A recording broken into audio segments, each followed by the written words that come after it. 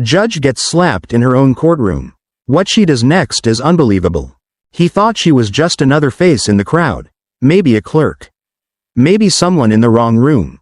So when Officer Daniel Brooks, a white cop with a long history of arrogance and unchecked authority, barked at the quiet black woman standing near the evidence table and she didn't respond.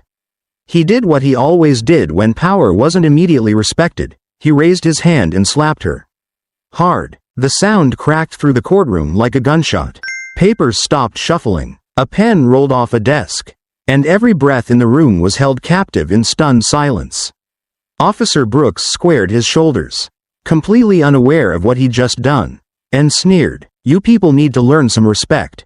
But then, she turned, not slowly, not with fear, with intent, with clarity. Her eyes locked on his, sharp and steady, and that's when the shift began. One of the attorneys at the back whispered something. A journalist's jaw dropped mid-note, and a courtroom clerk's voice cracked as she muttered, "That's Judge Olivia Grant." Brooks blinked, once in confusion, twice in disbelief. No way. He glanced at her again. No robe, no bench, no authority visible, just presence, but the kind of presence that makes everything around it go still. She didn't raise her voice. She didn't flinch. She just stepped forward, calm as stone, and said, "Is this how you treat officers of the court?" Brooks's face drained of color. The courtroom was no longer a room. It was a trap, and he had walked straight into it. Within seconds, power shifted. Respect was no longer demanded, it was enforced. And the man who thought he was above the law had just struck the one woman who was the law. Hey, you're watching Cracks of Light, the channel where real stories break through the noise and shine a light on truth, courage, and justice. If stories like this hit you deep, go ahead and like, share, and subscribe. It helps us keep telling the ones that matter. Alright, let's get into it. Officer Daniel Brooks had always relied on his badge, his voice, and the assumption that no one would ever challenge him. Not really. He had barked orders, pushed people around, written reports that twisted facts, and walked away from complaints like they were nothing more than scribbles on a napkin. That morning, inside courtroom 3C of the Detroit City Courthouse, he thought it would be the same old routine. He didn't recognize the woman standing quietly near the prosecution table. Short natural curls, brown skin, maybe in her early 60s, with eyes like steel and posture like marble. She wasn't in a robe, wasn't on the bench. In his world, that meant she didn't matter. When she didn't respond to his sharp tone, he slapped her, and when the room froze, and the whispers started, it took exactly 3 seconds for Officer Brooks to realize something had gone horribly, irreversibly wrong. Judge Olivia Grant did not touch her cheek. She did not yell. She did not retaliate. She stood very still, the faint red imprint of his hand visible on her face like a signature on a death warrant. Her silence wasn't weakness. It was calculation. Her gaze swept the room, not to look for allies, but to mark witnesses. Then she turned to Brooks, still smirking like a man in control, and said, "Is this how you treat officers of the court, Sergeant?" The smirk twitched, his eyes narrowed, but he still didn't see it. Not yet. She walked past him without a word, heels clicking against the courtroom floor with metronomic precision. She climbed the steps to the bench, not fast, not dramatic, just deliberate. When she turned to face the courtroom, now seated in her rightful place, something ancient and immovable settled into the air. "Good morning," she said into the microphone, her voice clear, even, and cold. "I am Judge Olivia Grant, and what just occurred in this room was not a misunderstanding. It was an assault, a criminal act committed by a sworn officer in full view of witnesses. Under court surveillance." A collective gasp rippled through the gallery. Phones were lifted. Recordings began. Brooks shifted uncomfortably, still holding on to the illusion that this could be brushed aside like every other time, but Olivia wasn't like the others. She wasn't here to be quiet. She wasn't here to play their game. She was here to rewrite it. "Sergeant Brooks," she said, "you struck a sitting judge in her own courtroom. Your actions constitute a violation of both state law and federal statute. As such, I am placing you under formal judicial investigation for criminal assault on a public official." Brooks blinked like a man waking up in the middle of a nightmare. Wait, I didn't know who you were," he stammered. "I thought but she cut him off with a single raised hand. "That's not a defense. That's an admission. You thought I was someone beneath you. And because of that, you raised your hand. That's not a mistake. That's your instinct." She turned to Officer Ramirez, the court bailiff, and gave a single nod. "Officer, please detain Sergeant Brooks for questioning. He is not to leave this courtroom until Internal Affairs and Federal Review agents are contacted." The entire room sat in stunned, reverent silence as Brooks stepped back, the fight draining out of him. The cameras above blinked red. The journalists in the back row typed furiously.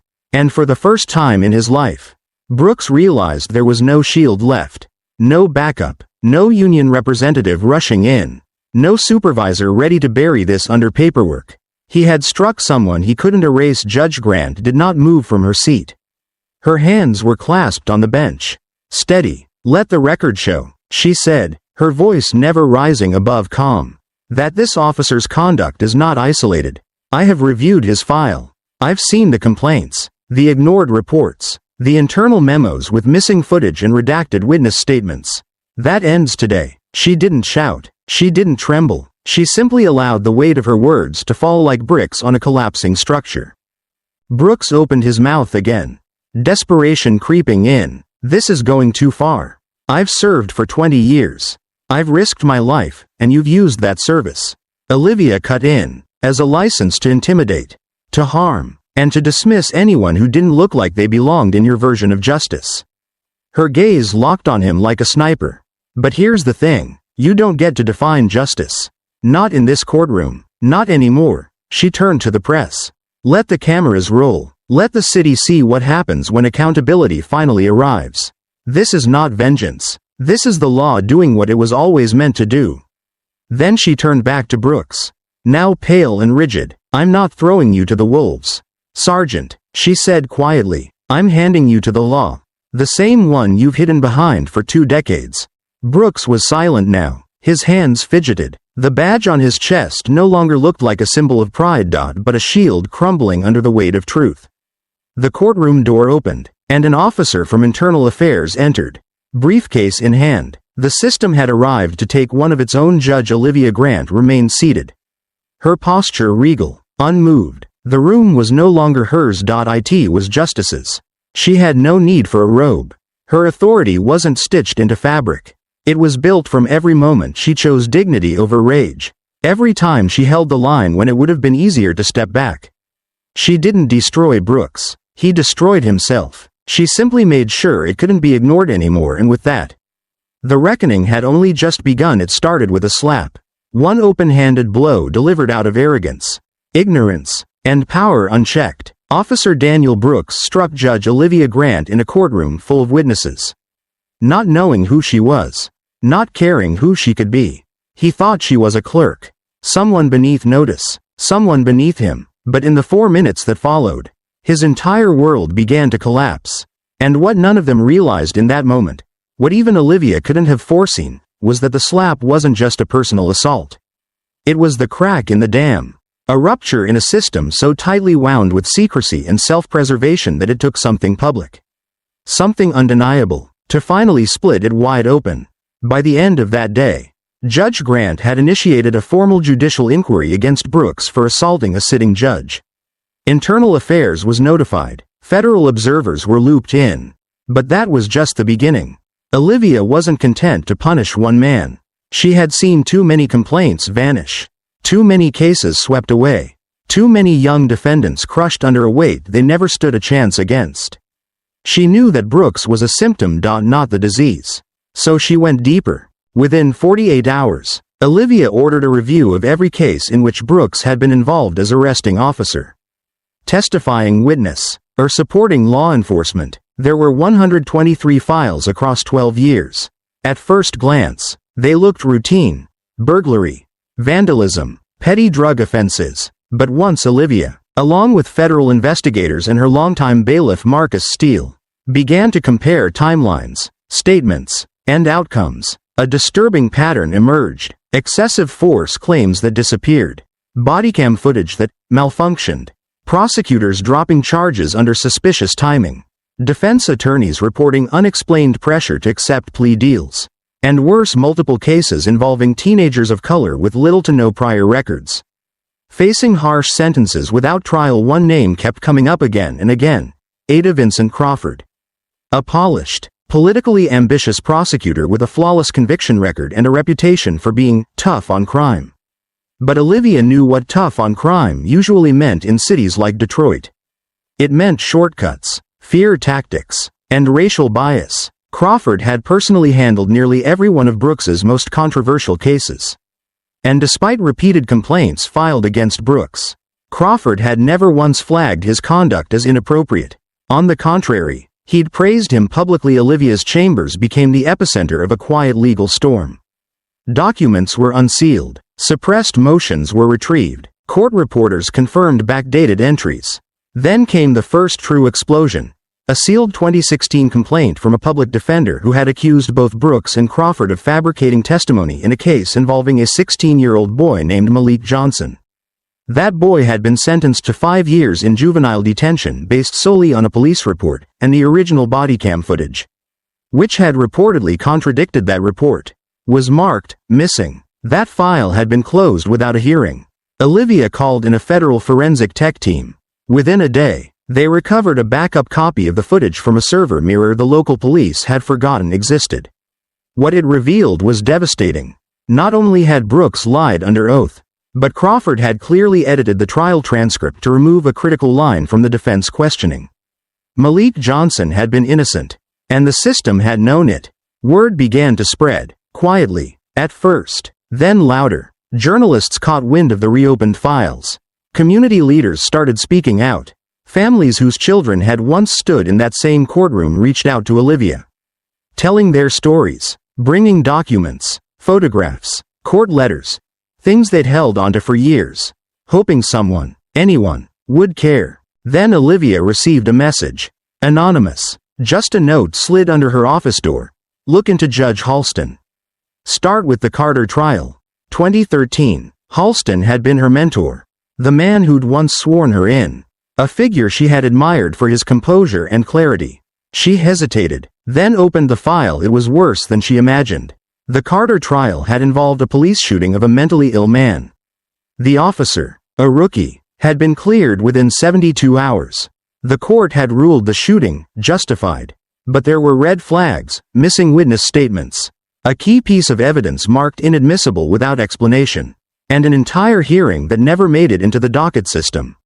When Olivia dug deeper, she found that Judge Halston had met privately with both Crawford and then Police Captain Delano Pierce 2 days before that ruling. There was no documentation of the meeting, but Olivia found a suspicious phone record, a transfer of funds from a law enforcement, community partnership, grant into a judicial endowment fund, signed off by Halston. Suddenly, it was no longer about one officer, no longer even about one courtroom.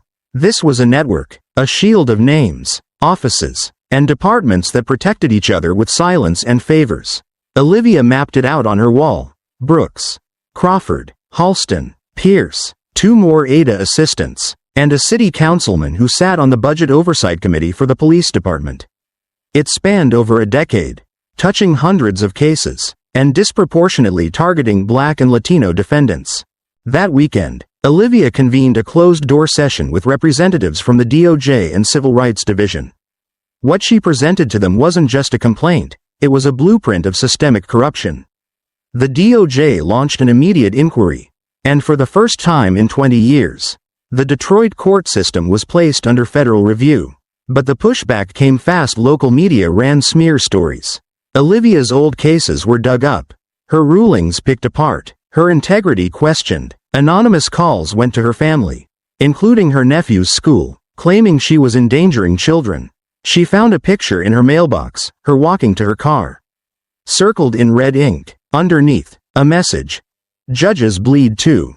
Still, she didn't stop. She increased security, informed U.S. Marshals, and addressed the press directly. What's happening here is not about politics. It's not about race baiting or courtroom drama. It's about accountability. And if we don't pursue it, then justice means nothing. Arrests began. Brooks was charged not only for assaulting Olivia, but for perjury and evidence tampering. Ada Crawford was placed on administrative leave, then indicted. Judge Halston quietly retired and declined comment. But federal agents seized his records. Captain Pierce resigned under pressure. And the city councilman? His campaign funds were traced back to contracts funneled through police union kickbacks in total. Over 80 cases were reopened. 17 convictions were overturned within the first 3 months. A civil rights oversight board was established. A new state bill passed requiring independent federal observers in any trial involving police misconduct. Olivia's name was floated for nomination to the state Supreme Court, but she declined. This isn't about climbing higher. She said, this is about going deeper. The system didn't fall in a day. But it shook, and for the first time in decades, the people in Detroit could see daylight breaking through the cracks, all because one man thought he could slap a woman in silence, and didn't realize she was the storm. It came in an unmarked envelope. No return address, no postage, just left quietly at the edge of Judge Olivia Grant's office door. At first glance, it looked harmless, until she opened it. Inside was a single photo. Printed on glossy paper, grainy but unmistakable, her 11-year-old nephew, Elijah, riding his bike home from school, his red backpack slung loosely over one shoulder, his expression carefree, unaware that someone had been watching. On the back, written in jagged, all-caps lettering, were 5 words that cut sharper than any legal argument ever could. Stay in your lane. Judge Olivia didn't speak. She didn't gasp. She simply stared at the photo for a long moment, her fingers tightening around the edge like she could crush it if she pressed hard enough. Her chambers were quiet, save for the low hum of the air vent and the ticking wall clock. Across from her, her longtime bailiff Marcus Steele leaned forward, his voice low and controlled. You know what this means. Olivia nodded once, her jaw tight. They're scared, she said. That's good. Marcus frowned. This isn't just about you anymore. Olivia already knew that. The investigation had grown beyond a personal pursuit of justice. It had become a threat to the entire structure of unchecked power that had ruled Detroit's justice system for years. And now, that power was pushing back, but intimidation wasn't new to Olivia. She'd seen it in 1,000 forms. Subtle warnings from prosecutors in chambers. Condescending lectures from senior judges when she first took the bench. Veiled threats in the media. But this was different. This was personal. They had crossed the line from political pressure to physical threat. And that meant one thing. The truth she was unearthing was hitting nerves in places far higher than she'd anticipated within an hour. She was on the phone with the U.S. Marshals Service. By sunset, a protection detail had been assigned to both her and her family. Elijah was pulled out of school discreetly. Her sister, who had lived in quiet suburbia without ever thinking twice about Olivia's world, was now briefed by federal agents. Security cameras were installed, cars were monitored, routes were changed, the safe house was prepared, just in case. And through it all, Olivia kept working. In the face of it all, being watched, being warned, being told to stay in her place, Olivia made a decision. She wouldn't retreat, she wouldn't scale back, she would go public. That evening, she called a press conference on the courthouse steps. The air was thick with anticipation. The streets already crawling with reporters and citizens drawn by the storm brewing inside their city's legal system.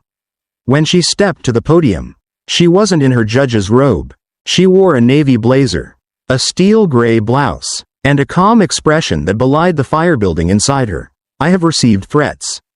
She began, her voice steady, broadcast across every major network. Not just to my reputation or my position, but to my family. To a child. She held up the photograph briefly. Not for shock, but for truth. This was sent to my office.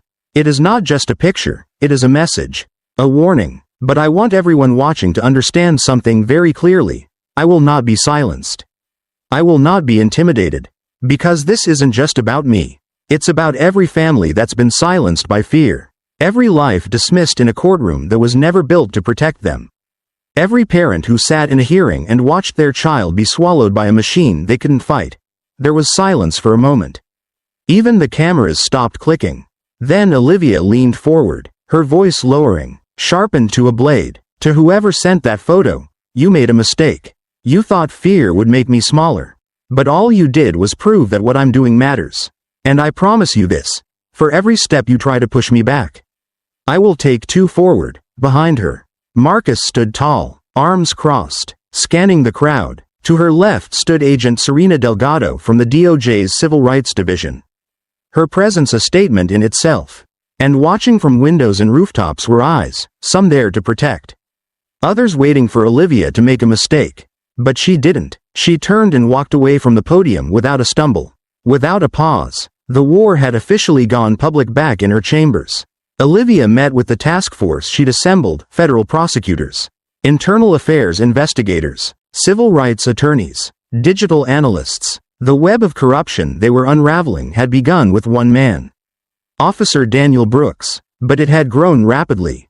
Every thread they pulled exposed more, assistant DAs, judges, high-ranking officers, even ties to private contractors hired to review body cam footage.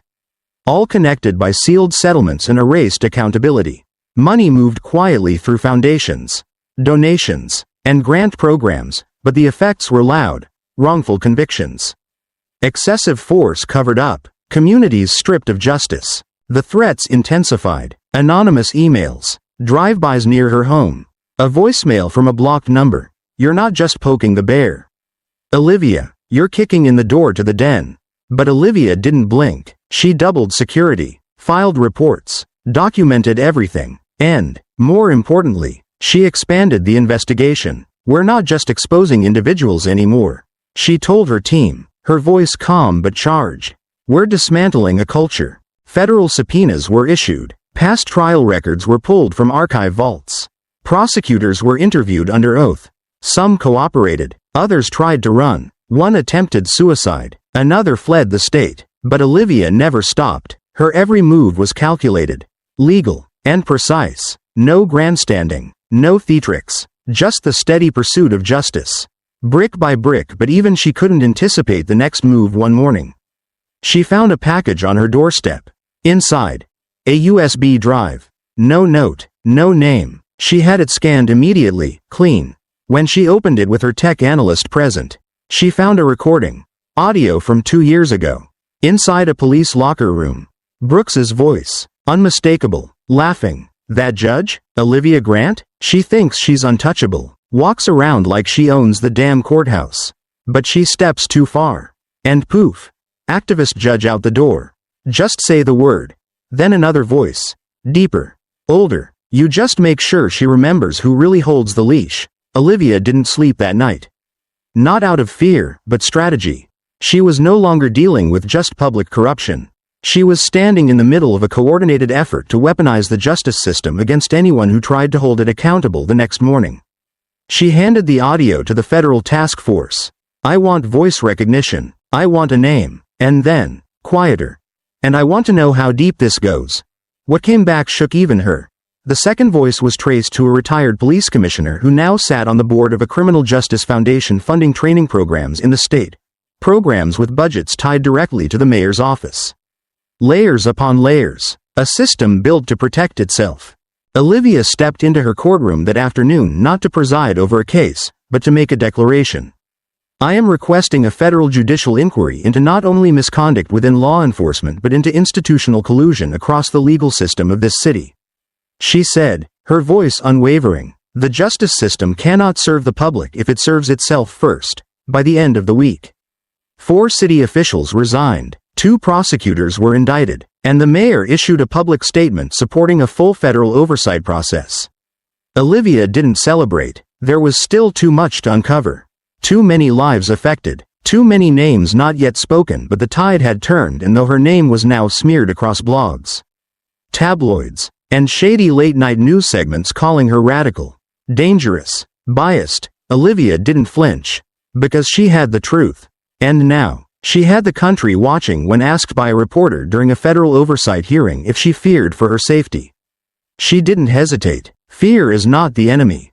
She said, silence is. And I refuse to be silent, because once, someone thought sending a photo of her nephew would make her stop, but all it did was show her exactly how far she had to go, and exactly who she was fighting for when Judge Olivia Grant walked into the courtroom that morning.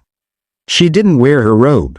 She wasn't there to preside, to sentence, or to rule. She wasn't there to represent the court. She was there to confront it. By that point, what had started as a single, Shocking assault by Officer Daniel Brooks had spiraled into something much larger, an avalanche of evidence. Confessions, missing files, political pressure, and fear, but most of all, it had become a war.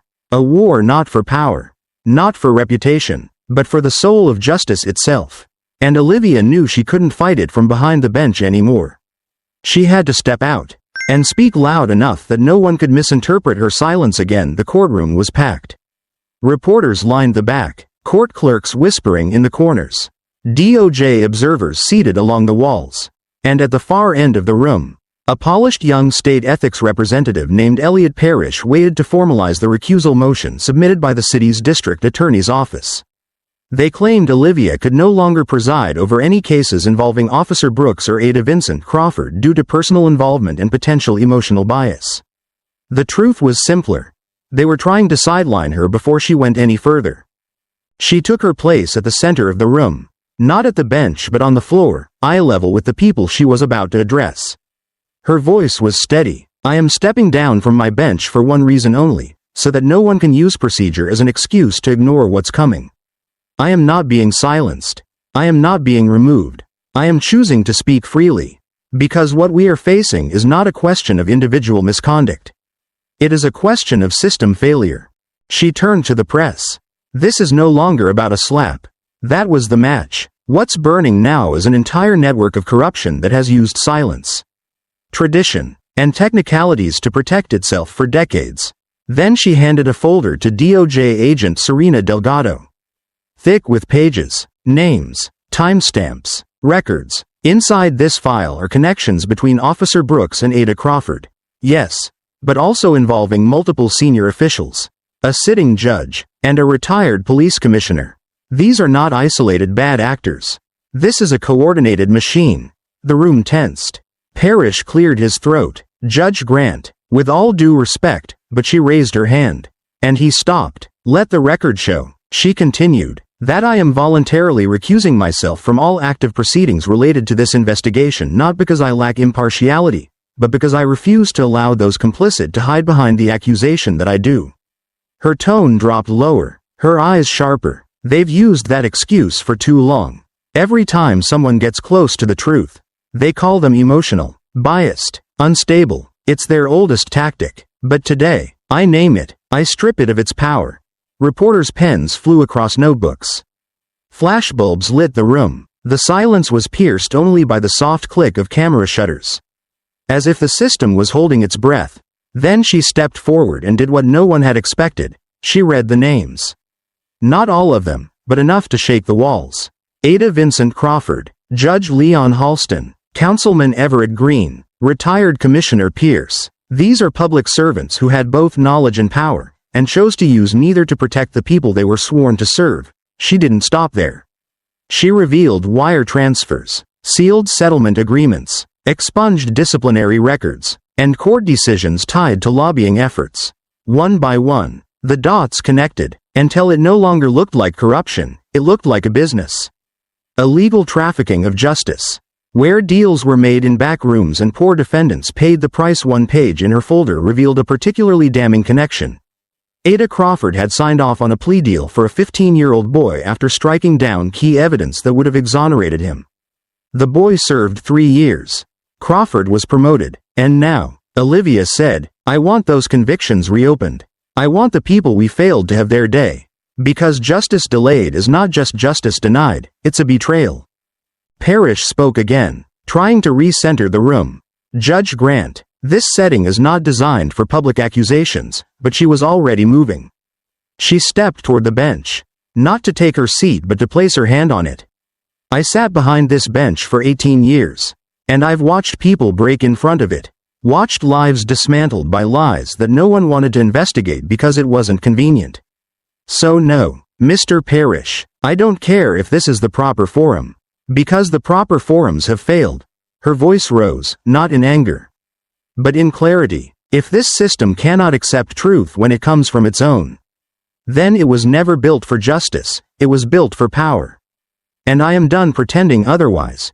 Agent Delgado stepped forward, adding her own evidence, financial audits linking the Judicial Development Fund to private police protection contracts. Olivia stepped back and nodded. There is no more hiding. If you are sitting in a position of power in this city and you have participated in the concealment of evidence, the silencing of witnesses, the intimidation of truth-tellers, your time is up. She walked over to the ethics representative and handed him one final document. My resignation letter. Effective immediately. I will not sit behind this bench again until it belongs to the people, not to the people who believe they own it. Gasps filled the room. Parrish opened the letter, visibly shaken. Across the gallery, several citizens stood, unsure whether to applaud or cry. Olivia didn't flinch. Her hands were steady. Her voice remained cool. I have given everything to this system. She said, I believed it could be reformed from the inside. But now I know it must be rebuilt from the ground up. She turned to face the cameras, the journalists, the city, and let this be the moment it started. That night, Olivia returned home to find her porch crowded with neighbors. Some brought candles, others brought court records they'd saved, stories they'd never had the courage to tell. She sat among them, no longer behind a bench, no longer protected by robes, but freer than she'd ever been. The next day, the federal task force filed a request for full oversight of the Detroit criminal justice system. Olivia's evidence had sparked not just a probe, but a reckoning within weeks. Over 200 cases were flagged. A dozen officers were placed on administrative leave. Ada Crawford was indicted. Judge Halston was suspended pending investigation. And people across the city, people who had once been invisible in the eyes of the court, began stepping forward. Olivia received calls from across the country, judges, lawyers, mothers, teachers, thanking her for breaking the silence. She turned down offers for interviews, memoirs, awards. She had no interest in legacy. She only wanted the truth to keep moving forward. Because this had never been about her name or her seat, it had been about all the names erased. All the seats taken away. All the voices told to stay quiet. Now, they were speaking, and Olivia Grant, former judge, relentless citizen, unshakable witness. Had lit the fire that made it possible. The verdict came down on a gray Tuesday morning. The sky over Detroit heavy with the weight of rain that hadn't yet fallen. Inside the packed federal courthouse, every seat was filled. Journalists, activists, survivors, and silent observers leaned forward, breaths caught in their chests. And then it happened. Officer Daniel Brooks, whose single slap had ignited a firestorm, was found guilty on all 5 felony counts. Assault of a federal judge, obstruction of justice, tampering with evidence, witness intimidation, perjury. One by one, the charges were read aloud. And one by one, he stood motionless as the consequences he had outrun for years finally caught up to him. There was no outburst, no protest, just a man stripped of the badge he had once used like armor. Now exposed as the rod at the center of something much larger. But Brooks was only the beginning. As federal prosecutors peeled back layers of corruption buried within Detroit's legal system, names began to fall like dominoes. Assistant District Attorney Vincent Crawford, once seen as untouchable, was indicted on multiple counts of misconduct, including conspiracy to suppress evidence and knowingly pursuing wrongful convictions. 2 of his former colleagues, Ada Janet Lyons and Ada Miguel Torres, were also named in the indictment. Both had been involved in plea deals that traded freedom for silence. 3 police officers, Lieutenant Aaron James, Sergeant Nicole Fields, and Detective Leo Grayson, were charged with falsifying reports, destroying body cam footage, and participating in coercive interrogations involving minors. Judge Leon Halston, once a respected figure in the city's highest court, was suspended indefinitely after documents surfaced proving he had suppressed critical testimony in at least 4 cases involving police brutality. And Councilman Everett Green, known for championing community safety bills, was found to have diverted city funds into private legal defense pools used to shield officers from scrutiny. The breadth of it stunned even seasoned investigators. It wasn't just individuals acting recklessly, it was a system carefully built to protect itself. Layer upon layer of unspoken agreements, case dismissals, political favors, and silent nods in backrooms that, for years, had made real justice almost impossible to reach. With the help of digital forensic teams, DOJ analysts, and testimony from newly emboldened whistleblowers, the task force identified patterns across hundreds of cases. Wrongful arrests, coerced confessions, prosecutorial overreach, suppressed evidence. In just the first phase of review, 147 convictions were flagged for possible misconduct, many involving teenagers, immigrants, and low-income defendants without access to proper legal counsel by the end of the month. 31 of those cases had already been reopened. A dozen individuals walked free after years spent behind bars for crimes they did not commit. One man, Darius Young, had served 11 years for armed robbery based on the testimony of a single officer, Daniel Brooks, whose body cam had mysteriously malfunctioned. The recovered footage proved he wasn't even in the store when the crime occurred. Another case involved a 17-year-old girl, Talia Mendoza, who was pressured into a plea deal by Ada Lyons after being threatened with deportation. Her charges were dropped, and she was granted legal protection as a cooperating witness in response to the overwhelming scale of injustice. The U.S. Department of Justice took a rare and sweeping action, placing the entire Detroit Police Department under federal oversight. A civilian review board, composed of lawyers, community leaders, and independent investigators, was established with full access to internal records, disciplinary files, and past case data. The city was ordered to undergo a top-to-bottom restructuring of its police training, complaint response procedures, and data retention systems. Officers would now wear body cams with third-party remote backups. Every arrest involving a minor would be automatically reviewed by an external oversight committee. And every use of force incident would trigger a mandatory DOJ audit. In the legal system, the shockwaves continued. Over 20 prosecutors statewide were asked to submit past case logs for re-examination. The state bar initiated a formal ethics investigation into judicial decisions made over the past decade, particularly those involving officers flagged by the task force. The city's legal aid fund received emergency funding to provide free appeals support for potentially wrongfully convicted individuals. The governor signed into law the Justice Integrity Act, which mandated that all future plea deals include recorded verbal consent and automatic review of any case involving first-time offenders under the age of 21. The public response was overwhelming. Protests turned into town halls. Angry marches became community strategy sessions. What had begun as outrage was now transforming into movement, into policy. A nonprofit coalition, the Olivia Grant Foundation for Legal Truth, was established within weeks, funded by private donors and justice reform groups. Their mission: provide legal resources, investigative support, and emotional counseling for families affected by the corrupted system. Within the first 2 months, they were already handling over 80 cases. Judge Olivia Grant, who had stepped down to pursue truth as a citizen rather than from behind the bench, refused every interview offer, declined magazine covers, and ignored television producers waving book deals. When asked during a closed-door hearing why she chose to walk away from the gavel, she said only, because justice didn't need another robe. It needed a voice. That voice continued to echo long after the courtrooms emptied and the headlines faded. Students at law schools across the country began citing the Grant Doctrine, a reference to her bold declaration that emotional investment in justice is not bias, but humanity. High school civics teachers used her story to explain what judicial courage looks like. And inside Detroit, families who had once been told they'd never be heard were now having their day in court, many for the first time. And yet, for Olivia, none of it felt like victory. She visited Elijah's school quietly one afternoon, just to watch him walk safely through the gates. She stood in the back of a town meeting, listening to young women speak about what it felt like to be believed.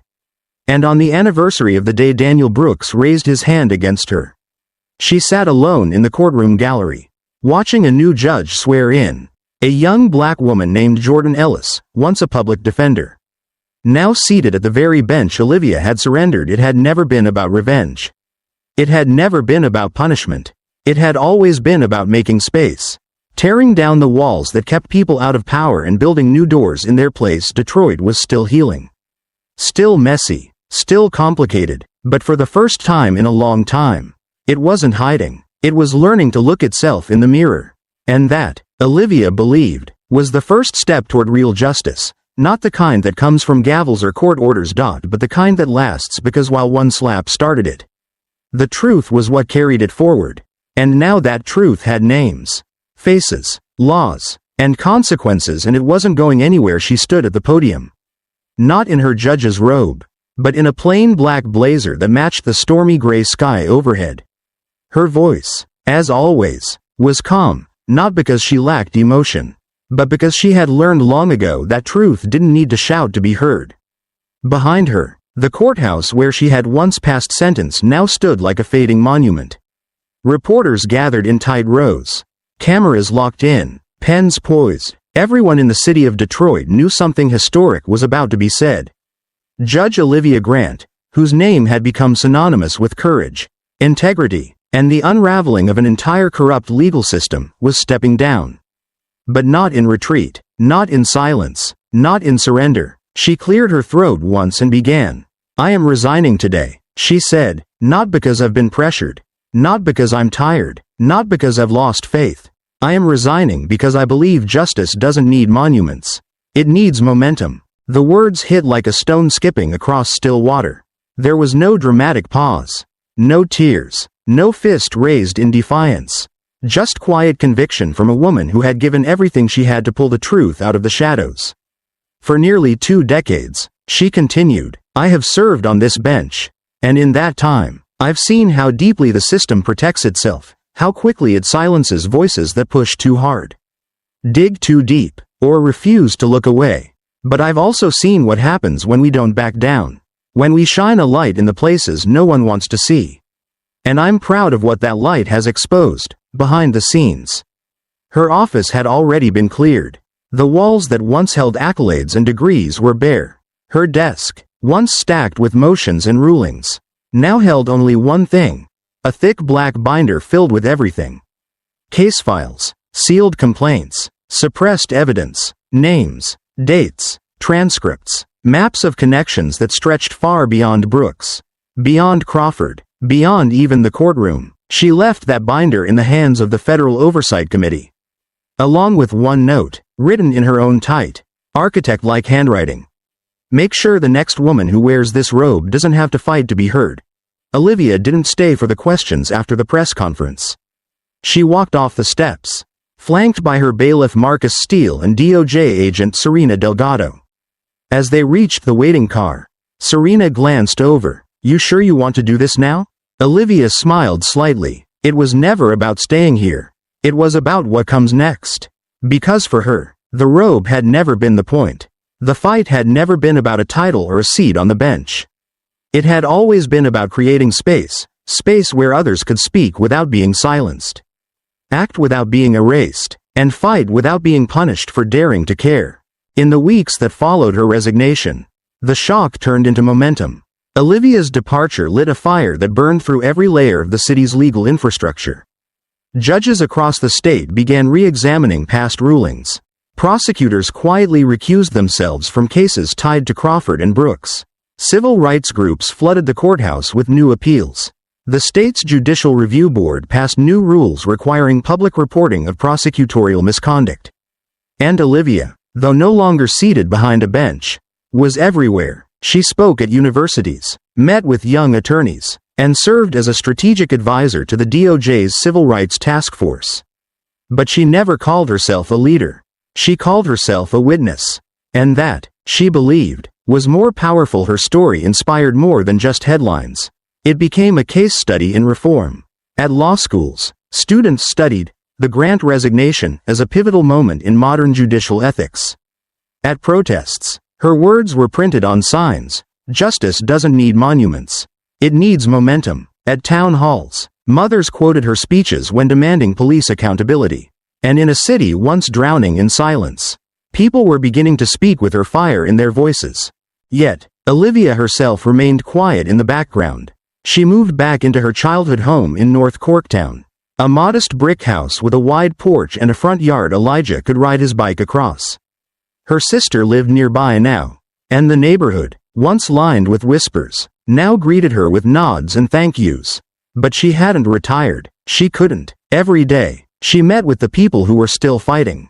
Public defenders overwhelmed with caseloads. Families still trying to get their loved ones' convictions overturned. Investigators digging into cold cases buried under bureaucracy. She answered calls at midnight, reviewed affidavits before sunrise, and never once spoke of slowing down. She never needed the title, judge, to do what she did. All she ever needed was truth, and a willingness to chase it, no matter the cost. And the cost had been high. Her reputation had been dragged through media mud. Her safety had been threatened. Her family had lived under federal protection for weeks. But she never let them see her flinch. Because if she flinched, others would fall, and she knew what it meant to carry the weight of people's hopes. She had become more than a judge. She had become a symbol. But symbols, as she always said, didn't change systems. People did. Then came the letter, hand-delivered, unsigned, a message from a young law clerk at the courthouse. A woman of color just starting her career, who had watched everything from the shadows. Because of you, I'm staying. Because of you, I know I can speak. Because of you, I won't be alone when I do. Olivia read that letter alone on her porch. The Detroit sky finally clear. The breeze soft through the leaves. She folded the paper slowly, pressed it to her chest, and closed her eyes. That was the victory. Not headlines, not indictments, but that one quiet promise that the fire she lit would burn in someone else's hands. And when the city held its next judicial election, Olivia didn't endorse a candidate. She didn't campaign, but she watched from the back of the room as Jordan Ellis, the young public defender who once stood shaking in her courtroom, took the oath as the newest judge on the bench. Olivia smiled, not because the battle was over, but because it was no longer hers to fight alone. Justice, she knew, didn't end when she stepped down. It began again, every time someone stepped up to carry it forward. This was never just a story about a slap. It was about what that slap revealed, the cracks in a system built not on justice, but on fear, silence, and blind loyalty, a system that protected the powerful while punishing the unheard. One act of arrogance in a courtroom lit a fuse that exposed years of buried truths, shattered illusions of untouchable authority, and forced a city to reckon with itself. And at the heart of it all was one woman, not a hero by design, not a symbol by choice, but someone who refused to look away, refused to stay quiet, and refused to back down. Judge Olivia Grant didn't raise her voice in anger. She raised it in truth. She didn't fight for vengeance. She fought for accountability. And when the weight of the system came crashing toward her, she didn't flinch. She lit the match and burned the darkness down. Thank you for watching this story and for letting us share it with you.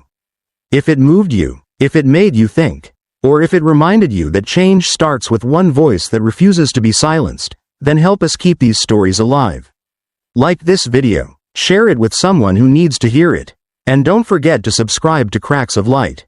Your support helps us keep shining a light where others won't. We're just getting started, and the truth deserves to be heard. Always.